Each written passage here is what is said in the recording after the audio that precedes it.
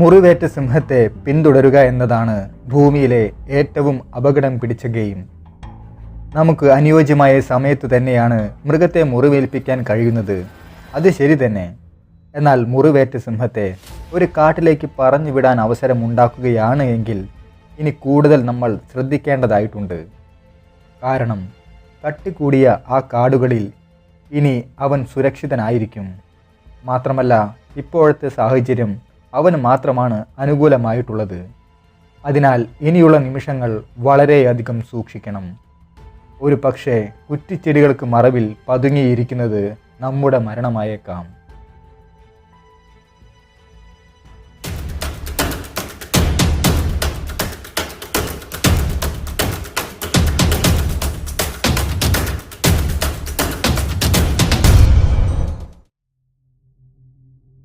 ആഫ്രിക്കയിൽ നടന്ന trophy hunting കഥകളുമായി മുൻപും ഞാൻ വന്നിട്ടുണ്ട്.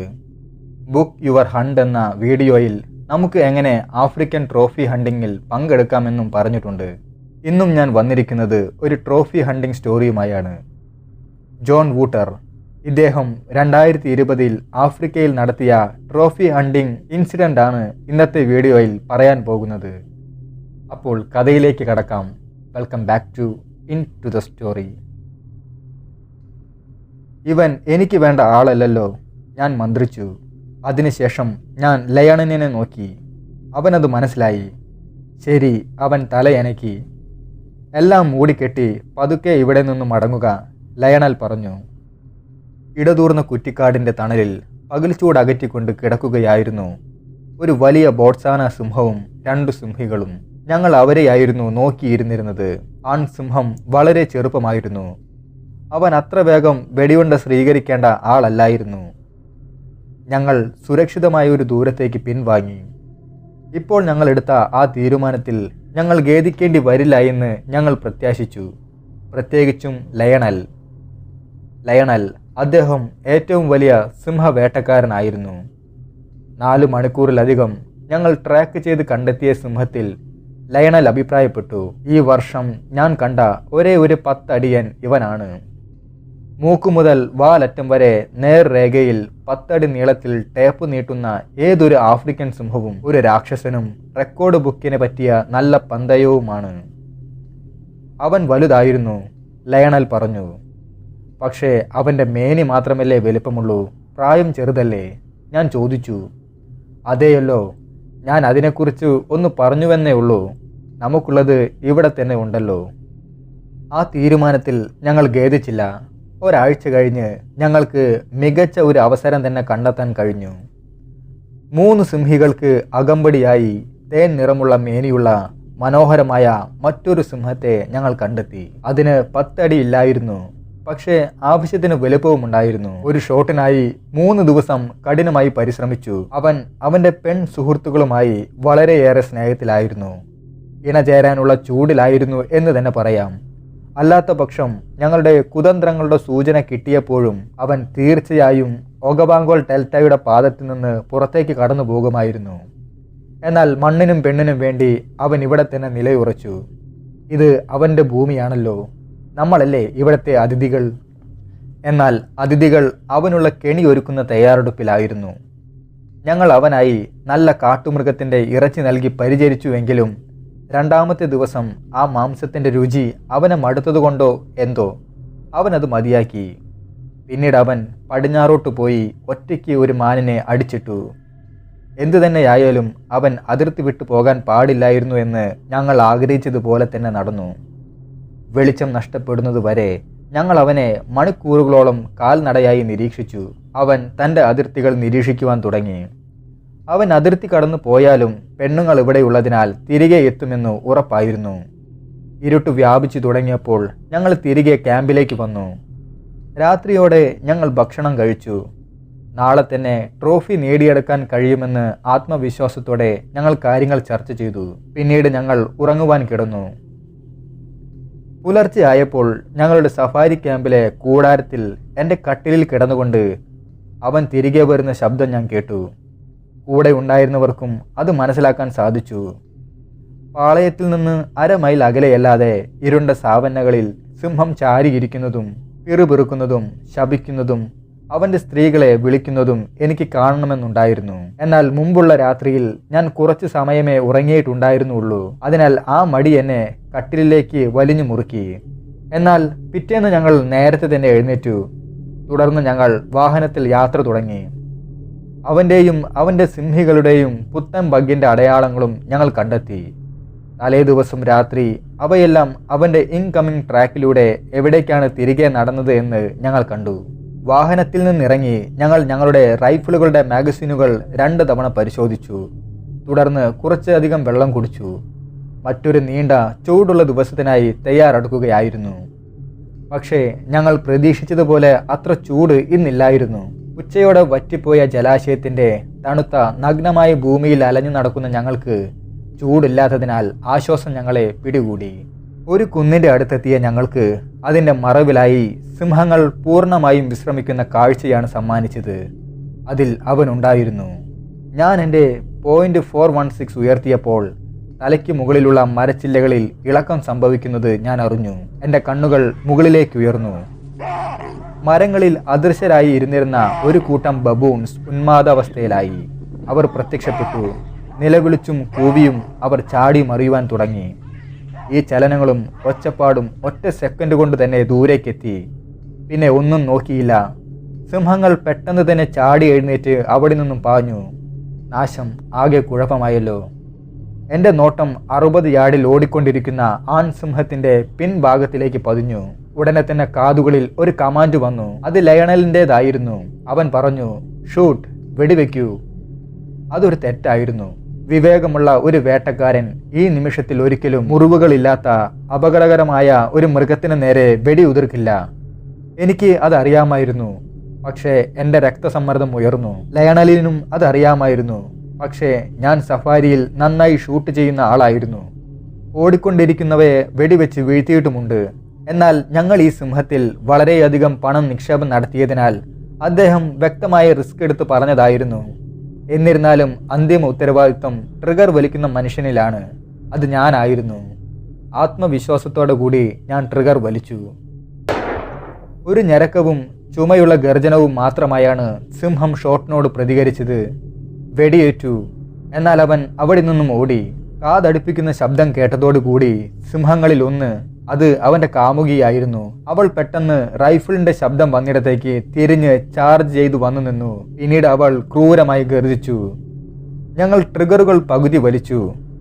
എന്നാൽ അവൾ 15 യാർഡ് അകലെ ഒരു കാട്ടിലേക്ക് തെന്നിമാറി. ഒഗവാങ്കോ അതിൻ്റെ ശ്വാസം മടക്കി പിടിച്ചതായി തോന്നുന്ന ഒരു നീണ്ട നിമിഷം. ഒരടി കൂടി മുന്നോട്ട് വന്നിരുന്നെങ്കിൽ 2 വലിയ വെടിയുണ്ടകൾ അവളിലേക്ക് പതിക്കുമായിരുന്നു. പക്ഷേ ഒടുവിൽ അവൾ തിരിഞ്ഞ് അവളുടെ കൂട്ടാളികളുടെ പിന്നാലെ പാഞ്ഞു. മുറിവേറ്റ സിംഹം അത് ആ കാട്ടിലേക്ക് പോയിരിക്കുന്നു. നമ്മുടെ ട്രോഫി ഇനി കാട് കയറി എടുക്കണം. അതെ, ഇനി അവനെ കിട്ടണമെങ്കിൽ അവൻ്റെ മുൾച്ചെടികളുടെ ലോകത്തേക്ക് നമ്മൾ കടക്കേണ്ടതാണ്. അതിൻ്റെ അർത്ഥം ഇനി അവന് അനുകൂലമായ സാഹചര്യമാണ് എന്നതാണ്. 20 വർഷത്തിലേറെയായി ആഫ്രിക്കൻ സിംഹങ്ങളുമായി സഹകരിച്ചു കൊണ്ടിരിക്കുന്ന മാംബാക്രൂഷ് ട്രാക്കർമാരായ സൊഗേങ്ക, ജോൺ എന്നിവരുമായി ലയണൽ കൂടി ആലോചിച്ചു. അവരുടെ സംയുക്ത അഭിപ്രായം ആശ്വാസകരമായിരുന്നില്ല. സിംഹത്തിന് വെടിയേറ്റുവെങ്കിലും അവസാനമായി കാണുമ്പോൾ സാധാരണഗതിയിൽ സിംഹം നീങ്ങുകയായിരുന്നു. അവന് യാതൊരു കുഴപ്പവും കാണാനില്ല. അവൻ വികലാംഗനുമായിട്ടില്ല. ഇനിയും അവനെ ഞങ്ങൾ അഭിമുഖീകരിക്കേണ്ടി വരുമ്പോൾ അവൻ്റെ അഗാധമായ വേഗത അപ്പോഴും ഉണ്ടായിരിക്കണം. സൊഗങ്കായും ജോണും സിംഹത്തെ പിന്തുടരുന്നതിനാൽ അവർ അതിനെ കണ്ടെത്തുമെന്ന കാര്യത്തിൽ ഉറപ്പാണ്. പക്ഷേ ഏറ്റുമുട്ടൽ സമയത്തിൻ്റെ കാര്യത്തിൽ മാത്രമായിരുന്നു ഉണ്ടായിരുന്നത്. കാരണം ഇപ്പോൾ ഉച്ച കഴിയുന്നു. ട്രാക്കർമാർ തയ്യാറായി. അവർ വെടിയേറ്റ കഥ പതുക്കെ സംസാരിച്ചുകൊണ്ട് മുന്നോട്ട് നടന്നു. പിന്നാലെ ലയണലും ഞാനും നടന്നു. റൈഫിളുകൾ തയ്യാറായി. ചേംബർ ലോഡ് ചെയ്ത് സേഫ്റ്റി ഓഫ് ചെയ്തു. പക്ഷേ ബോൾട്ട് ഹാൻഡിലുകൾ ഉയർത്തി. ഞങ്ങളുടെ വലത് കൈപ്പത്തികൾ ബോൾട്ട് നോബുകളിലേക്ക് അമർന്നു. ഞങ്ങളുടെ കൈകൾ ട്രിഗറിലേക്ക് പോകുമ്പോൾ തൽക്ഷണം ബാറ്ററിയിലേക്ക് തട്ടാൻ തയ്യാറായി. അപ്പോഴേക്കും ഈ ദിവസം വളരെ ഉഷ്ണമേഖലയായി മാറിക്കൊണ്ടിരിക്കുകയായിരുന്നു. മുറിവേറ്റിട്ടില്ലാത്ത ആഫ്രിക്കൻ സിംഹങ്ങൾ പോലും പകൽ ചൂടിനെ വെറുക്കുന്നു. എങ്കിൽ അവൻ്റെ കാര്യമൊന്ന് ഓർത്തു നോക്ക്. ഇവന് പരിക്കേറ്റതായി എല്ലാ അടയാളങ്ങളും പറയുന്നു. പക്ഷേ എത്ര മോശമാണെന്ന് ഞങ്ങൾക്ക് പറയാൻ കഴിയുന്നില്ല. അത് ദുരൂഹമായി തുടരുന്നു. ഒരു ഷോട്ടിൽ 2 വ്യത്യസ്ത മുറിവുകൾ ഉണ്ടായിട്ടുണ്ട്. അതിൽ നിന്ന് രക്തസ്രാവവും ഉണ്ടായിരിക്കുന്നു. എന്തായാലും ഞങ്ങൾ ജാഗ്രതയോടെ മുന്നോട്ട് നീങ്ങി. സൂക്ഷിക്കണമെന്ന് അടിവരയിട്ട് പറയും പോലെ ഞങ്ങളുടെ കണ്ണുകൾ സൂക്ഷ്മമായി തിരച്ചിൽ തുടങ്ങി. മുറിവേറ്റ സിംഹത്തെ ഭൂമിയിലെ ഏറ്റവും അപകടകരമായ മൃഗമെന്നാണ് ആഫ്രിക്കൻസ് വിളിക്കുന്നത്. വേട്ടയുടെ മാരകമായ എല്ലാ വശങ്ങളും നൽകിക്കൊണ്ട് ഏറ്റവും കട്ടിയുള്ള കുറ്റിക്കാട്ടിൽ സിംഹങ്ങൾ പതുങ്ങി നീങ്ങി. സിംഹം അടുത്തുണ്ട് എന്ന് ട്രാക്കർമാർക്ക് തോന്നുമ്പോഴെല്ലാം അവർ നിശബ്ദമായി പിൻവാങ്ങി ശേഷം ലയണലിനെയും എന്നെയും ലീഡ് ചെയ്യാൻ അനുവദിക്കും. ഞങ്ങൾ വേട്ടക്കാരും അവർ ട്രാക്കർമാരുമാണല്ലോ. അവർ അത് ആദ്യമായി ചെയ്തപ്പോൾ 4 സിംഹങ്ങൾ വിശ്രമിക്കുന്നത് ഞങ്ങൾക്ക് മുന്നിൽ കാണാമായിരുന്നു. എന്നാൽ വെടിയുതിർക്കാൻ കഴിയുന്നതിന് മുൻപേ അവർ ക്രൂരമായി മുരണ്ടുകൊണ്ട് ഓടിപ്പോയി. സത്യത്തിൽ ഞങ്ങളും സിംഹങ്ങളും ഒരുപോലെയായിരുന്നു. പടർന്നു കിടക്കുന്ന ഈ കട്ടിയുള്ള കാടുകൾ കടന്നു പോകാൻ ഈ സമയത്ത് സിംഹങ്ങൾ ആഗ്രഹിക്കുന്നില്ല. കാരണം കാട് വിട്ട് പുറത്തേക്ക് വന്നാൽ തീർച്ചയായും അവരെ ഷൂട്ട് ചെയ്യുമെന്ന ഭയം അവർക്കുണ്ടായിരിക്കണം. എന്നാൽ ഈ കാട്ടിൽ പതുങ്ങിയിരുന്നാണെങ്കിലും ഷൂട്ട് ചെയ്യാൻ കഴിയുമെന്നാണ് ലയണൽ അവകാശപ്പെടുന്നത്. ഞങ്ങൾ വീണ്ടും കുറെ നടന്നു. അധികം താമസിക്കാതെ ഞങ്ങൾ ഞങ്ങളുടെ തന്നെ സ്വന്തം ട്രാക്കുകൾ മുറിച്ചു കടക്കുന്നത് ഞാൻ ശ്രദ്ധിച്ചു. അതായത് സിംഹം ഇരട്ടിയായി പിറകോട്ട് പോയി ഞങ്ങളുടെ പിന്നിലായി. ഞങ്ങളെപ്പോലെ തന്നെ അവരും സഞ്ചരിച്ചു കൊണ്ടിരിക്കുന്നു. അടുത്ത 2 മണിക്കൂറിനുള്ളിൽ ഇത് 2 തവണ കൂടി സംഭവിച്ചു. ഓരോ തവണയും കനത്ത പുല്ലുകളുടെ സംരക്ഷണത്തിൽ സിംഹത്തിന് രക്ഷയുണ്ടായി. 30-35 അടി അകലത്തിൽ അവർ നിശബ്ദമായി ഞങ്ങൾക്ക് ചുറ്റുമായി നടന്നു. കാണുമ്പോഴെല്ലാം പോയിന്റ് ബ്ലാങ്ക് റേഞ്ചിൽ ഷോട്ടിന് കഴിഞ്ഞതുമില്ല. മണിക്കൂറുകൾ ഇഴഞ്ഞു നീങ്ങി. ഷൂട്ട് ചെയ്യാൻ അവസരമില്ലാതെ നടന്ന് ഞങ്ങൾ വലഞ്ഞു. ചെറിയ കാറ്റ് പോലും ചൂട് വഹിച്ചു. ഞങ്ങൾ വിശ്രമിക്കാനായി ഇരുന്നിട്ട് പോലും അസ്വസ്ഥത ഞങ്ങൾക്ക് വർദ്ധിച്ചു. എന്തൊരു ചൂട് കാറ്റാണിത്! ചില കുറ്റിക്കാടുകൾ മണൽപ്പൊടികൾ നിറഞ്ഞ് ശവകുടീരം പോലെ അനങ്ങിയതേയില്ല. അവസാനത്തെ മാരകമായ ഏറ്റുമുട്ടലിലേക്ക് പടിപടിയായി ഒഴിച്ചുകൂടാനാവാത്ത വിധം ഞങ്ങളെ കൂട്ടിക്കൊണ്ടു പോയപ്പോൾ ഞങ്ങൾ ഓരോരുത്തരും അവരവരുടെ ചിന്തകളുമായി ഒറ്റയ്ക്ക് നടന്നു. ഏത് തിരിവിലും അടുത്തുള്ള ഒരു കുറ്റിക്കാട്ടിൽ നിന്ന് മരണം നമ്മെ തുറച്ചു നോക്കിയേക്കാം. ചിന്താശീലനായ ഒരു മനുഷ്യന്റെ കണ്ണുകളെ കൂർമ്മതയോടെ ചലിപ്പിക്കുന്ന ഒരു ആശയമല്ലേ ഇത്? എങ്ങനെയാണെങ്കിലും ഇത്ര വിയർപ്പുള്ള ഈ സമയത്ത് ഒരു മനുഷ്യനുമായി ഇവിടെ ഒരു സ്ഥലവ്യാപാരം നടത്തേണ്ട ആവശ്യം വന്നു കഴിഞ്ഞാൽ ആ ചർച്ചയ്ക്ക് ഞാൻ തയ്യാറാവില്ലായിരുന്നു. കാരണം അത്രയേറെ പ്രയാസമാണ് ഇപ്പോൾ അനുഭവിച്ചുകൊണ്ടിരിക്കുന്നത്.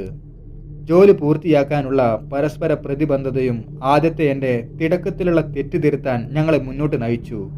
ആദ്യത്തെ 3 തവണ സിംഹങ്ങളെ കണ്ടുമുട്ടിയപ്പോൾ അവർ വിശ്രമിക്കുകയായിരുന്നു. ഞങ്ങളുടെ നോട്ടം പതിയുന്ന ഉടനെ 4 സിംഹങ്ങളും ഒരുമിച്ചാണ് പിൻവാങ്ങിയിരുന്നത്. എന്നാൽ 4ാമത്തെ തവണ ഞങ്ങൾ അവരെ കണ്ടപ്പോൾ ആൺസിംഹം സ്ത്രീകളിൽ നിന്നും അല്പം വ്യത്യസ്തമായ പ്രവൃത്തി നടത്തി. സിംഹികൾ വേഗത്തിൽ നടന്നകന്നപ്പോൾ അവൻ സാവധാനം എഴുന്നേറ്റു. ഇത് ഞങ്ങൾക്ക് ആവശ്യമായ ഇടവേളയായിരുന്നു. വരൂ, നമുക്ക് പോകാം, ലയണൽ മന്ത്രിച്ചു. ബോട്ട്സാനയിലെ ആഴമേറിയ ഈ മണ്ണിൽ ഓടുന്നത് കഠിനാധ്വാനമാണ്. ഉറക്കമില്ലാത്ത രാത്രിയിൽ നിന്നും മണിക്കൂറുകളോളം നിരന്തരമായ പിരിമുറുക്കത്തിൻ്റെയും ക്ഷീണത്തിൻ്റെയും അതിരുകൾക്കടുത്തായിരുന്നു ഞാൻ. പക്ഷേ ട്രാക്കർമാരുടെ മുഖത്ത് കണ്ട ആവേശം ക്ലൈമാക്സ് അടുത്തുവെന്ന് എനിക്ക് തോന്നി. ആ ആവേശം എന്നിലും നിറഞ്ഞു. ഞാനും അവരുടെ പിറകെ ഓടി. 150 യാർഡോളം ഓടി ലയണൽ ഓട്ടം അവസാനിപ്പിച്ചു. തുടർന്ന് സാവധാനം വരുമെന്ന് ആംഗ്യം കാണിച്ചു. ലയണൽ തിടുക്കത്തിൽ ചുറ്റും നോക്കി. സിംഹം ഒരു ഭീമാകാരമായ സ്ട്രോങ്ലർ അത്തിമരത്തിൻ്റെ ചുവട്ടിൽ നിൽപ്പുണ്ടായിരുന്നു. ഞങ്ങൾ മറ്റൊരു മരത്തിൻ്റെ തണലിലേക്ക് കടന്നു. വേട്ടക്കാരനായ ജോൺ 2 വിരലുകൾ സ്വന്തം കണ്ണിലേക്ക് ചൂണ്ടി. തുടർന്ന് സിംഹത്തിൻ്റെ തൊണ്ടയിലേക്ക് ആംഗ്യം കാണിച്ചു. ട്രാക്കർ തലയാട്ടി. ഞങ്ങൾ ചിരിച്ചു.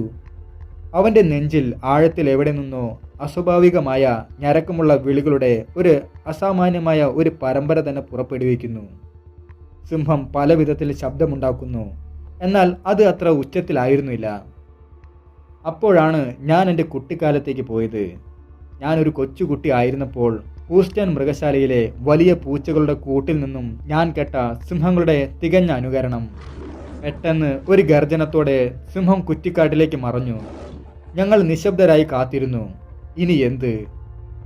അടുത്ത നീക്കം ഞങ്ങളുടേതായിരുന്നു. വളരെയധികം നിശബ്ദത.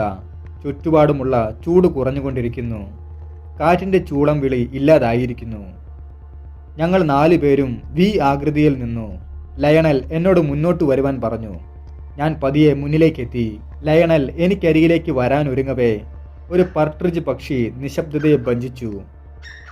അത് കരഞ്ഞുകൊണ്ട് ഒരു മുന്നറിയിപ്പ് നൽകി. ഉടനെ പക്ഷിയുടെ കൂട്ടാളികളും ഒത്തുചേർന്നു. സിംഹം അപ്രത്യക്ഷമായ കുറ്റിക്കാട്ടിൽ എവിടെയോ അവർ പരിഭ്രാന്തരായി ഓടി നടന്ന് ശബ്ദമുണ്ടാക്കി. ആഫ്രിക്കക്കാരനായ ജോൺ എൻ്റെ കൈ പിടിച്ച് മന്ത്രിച്ചു.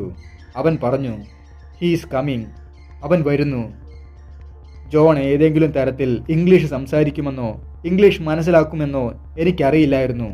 ഇത് എനിക്കത് മനസ്സിലാക്കി തരുന്നതിൻ്റെ ആദ്യത്തെ സൂചനയായിരുന്നു ഈസ് കമ്മിങ് എന്ന് പറഞ്ഞത്. ഉടനെ തന്നെ അത് സംഭവിച്ചു. സിംഹം കുറ്റിക്കാട്ടിൽ നിന്ന് 30 മീറ്റർ അകലെയുള്ള സൂര്യപ്രകാശത്തിലേക്ക് നടന്നു വന്നു. വേദനയുടെയോ വൈകല്യത്തിൻ്റെയോ യാതൊരു ലക്ഷണവും കാണിക്കാത്ത ചലനങ്ങളായിരുന്നു അവനിലുണ്ടായിരുന്നത്. അവൻ ഒരു പ്രത്യേക ഗർജനമുണ്ടാക്കി. വെയിലത്ത് തലയുയർത്തി ആത്മവിശ്വാസത്തോടെ നിൽക്കുന്ന അവൻ്റെ രൂപം, ക്രോധത്തോടെയുള്ള അവൻ്റെ കണ്ണുകൾ ഞങ്ങളെ തന്നെയായിരുന്നു ഉറ്റുനോക്കിയിരുന്നത്. ഈ ഒരു രംഗം ഞാൻ ഹൃദയത്തിൽ പതിപ്പിച്ചു. അവസാന ശ്വാസം വരെ ഇത് എൻ്റെ ഓർമ്മയിൽ ഉണ്ടായിരിക്കും. ഞാൻ റൈഫിൾ ഉയർത്തി തോളിൽ ഉറപ്പിച്ചു. ഇരുട്ട് പോലെയുള്ള നിഴലിൽ നിന്ന് അവൻ്റെ ചലനം ഞാൻ പിടിച്ചു. എൻ്റെ 1.5x സ്കോപ്പിലൂടെ ഞാൻ അത് കണ്ടു. ക്രോസ് ഹെയർ അവൻ്റെ നെഞ്ചിൽ കേന്ദ്രീകരിച്ചിരുന്നതിനാൽ ഞാൻ എന്നോട് തന്നെ പറഞ്ഞു തോർക്കുന്നു, അവനറിയാം അവനെ വേദനിപ്പിച്ചതും അവൻ്റെ പ്രണയ ജീവിതത്തിൽ കുഴപ്പമുണ്ടാക്കിയതും ചൂടിൽ അവനെ അസ്വസ്ഥനാക്കിയതും ആരാണെന്ന് അവനറിയാം. ആ വലിയ മഞ്ഞ കണ്ണുകൾ എൻ്റെ റൈഫിൾ മൂക്കിലേക്ക് തണുത്തുറഞ്ഞു നോക്കുന്നത് ഞാൻ കണ്ടു. അപ്പോൾ ഞാൻ വിചാരിച്ചു, എൻ്റെ ശ്വാസം പതിയാവുന്ന അടുത്താണല്ലോ അവനുള്ളത് എന്ന്. അതെ, അവൻ വളരെ അടുത്ത് തന്നെയാണ്. 2, ഒരുപക്ഷെ 3 തവണ ചാടിയാൽ അവൻ എന്നിലേക്കെത്തും. ആദ്യത്തെ ഷോട്ടിൽ തന്നെ ഞാൻ അവനെ നങ്കൂരം ഇട്ടില്ല എങ്കിൽ റീലോഡ് ചെയ്യാൻ എനിക്ക് സമയമുണ്ടായിരിക്കുകയില്ല. അവൻ്റെ നഖം എൻ്റെ കൈകളിലോ ദേഹത്തോ വന്ന് പതിയും. അവൻ മാന്തി പറിക്കുവാൻ ഒരുങ്ങുമ്പോഴേക്കും ലയണലിന് ഒരു ഷോട്ട് വായിക്കാനുള്ള അവസരമുണ്ടാകും. ഏതായാലും എൻ്റെ പിഴച്ചുപോയ വിഡ്ഢിത്തമായ ആദ്യ ഷോട്ടിൻ്റെ ബില്ലടയ്ക്കേണ്ട സമയം അതിക്രമിച്ചിരിക്കുന്നു. അവൻ ഒരുങ്ങുകയാണ് എന്നിലേക്ക് അടുക്കുവാനായി. വേട്ടയുടെ അവസാന നിമിഷം അടുത്തു. ഞാൻ ട്രിഗറിൽ വിരൽ വെച്ച് അമർത്തി.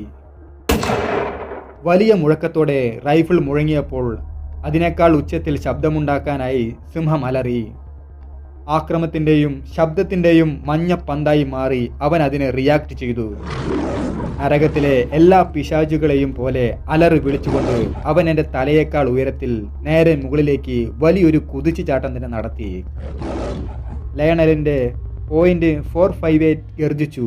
ഞാനത് കേട്ടു, പക്ഷേ ഫലം കണ്ടില്ല. ഞാൻ ഭയങ്കരമായി എൻ്റെ റൈഫിൾ പിന്തിരിക്കുകയും ബോൾട്ട് റാക്ക് ചെയ്യുകയും ചെയ്തപ്പോൾ സിംഹം നിലത്തേക്ക് വീണു. അപ്പോഴേക്കും അവൻ ഇനി ചാർജ് ചെയ്യില്ല എന്ന് എനിക്ക് മനസ്സിലായി. എല്ലാ കോലാഹലങ്ങൾക്കുമിടയിൽ എങ്ങനെയോ അതിൽ അത്ഭുതപ്പെടുവാൻ എൻ്റെ അപബോധ മനസ്സിൽ ഇടമുണ്ടായിരുന്നു. തുടർന്ന് ഏതാണ്ട് 500 പൗണ്ട് ഭാരമുള്ള പാത്രം പോലെ ശിഥിലമായി സിംഹം കാൽനട യാത്രയുടെ മധ്യത്തിൽ ചത്തുകിടക്കുന്നു. എൻ്റെ ആദ്യ തെറ്റിനെ ഞാൻ പ്രായശ്ചിത്തം ചെയ്തിരിക്കുന്നു. ഈ ബുള്ളറ്റ് അവൻ്റെ ഹൃദയത്തിലൂടെ കടന്നുപോയി. വിവേകത്തോടെയാണെങ്കിലും ലയണലിൻ്റെ ഷോട്ട് അനാവശ്യമായിരുന്നു. ഒടുവിൽ ശരിക്കും അവൻ എൻ്റെ സിംഹമായി മാറി. ഞാൻ വെടിവെച്ച് വീഴ്ത്തിയ എൻ്റെ സിംഹം, എൻ്റെ ട്രോഫി. എൻ്റെ ആദ്യത്തെ ഷോട്ട് അവൻ്റെ വലത് പിൻഭാഗത്തിലൂടെ വൃത്തിയായി കടന്നു പോയിട്ടുണ്ടായിരുന്നു. അതവൻ്റെ എല്ലുകളിലും ധമനികളിലും മുറിവേൽപ്പിച്ചിട്ടുണ്ട്. എന്നാൽ അവൻ വളരെയധികം ശക്തനായിരുന്നു. 270 കിലോ ഭാരവും 9 അടി നീളവും ഉണ്ടായിരുന്നു അവന്. ഈ ക്ലാസിക് ക്ലൈമാക്സ് സാഹസികത പങ്കിടാൻ എന്നെ അനുവദിച്ചതിന് ലയണലിനോടും അവരുടെ അവിശ്വസനീയമായ കഴിവുകൾ എനിക്ക് കടം നൽകിയതിന് നിരായുധരായ ട്രാക്കർമാരോടും ഞാൻ നന്ദിയുള്ളവനായിരിക്കുന്നു. ഇതിനു മുൻപോ ഇതിനു ശേഷമോ ഇത്രയധികം ആവേശമുണ്ടാക്കിയ സംഭവം എൻ്റെ ജീവിതത്തിൽ ഉണ്ടായിട്ടില്ല എന്ന് പറയേണ്ടതായിട്ടുണ്ട്. ഏതു തന്നെയായാലും എൻ്റെ ജീവിതത്തിൽ നടന്ന ഈ വേട്ടക്കഥ എപ്പോഴും ഞാൻ ഓർത്തുകൊണ്ടിരിക്കുന്നു. നമസ്കാരം. ആഫ്രിക്കയിൽ നടന്ന ഈ ട്രോഫി ഹണ്ടിങ് കഥ നിങ്ങൾക്ക് ഇഷ്ടപ്പെട്ടു എന്ന് കരുതുന്നു. ഇതുപോലെയുള്ള കഥകളുമായി ഞാൻ പിന്നീട് വരുന്നതാണ്. അപ്പോൾ അടുത്ത വീഡിയോയിൽ വെച്ച് കണ്ടുമുട്ടുന്നതുവരെ എല്ലാവർക്കും നന്ദി, നമസ്കാരം.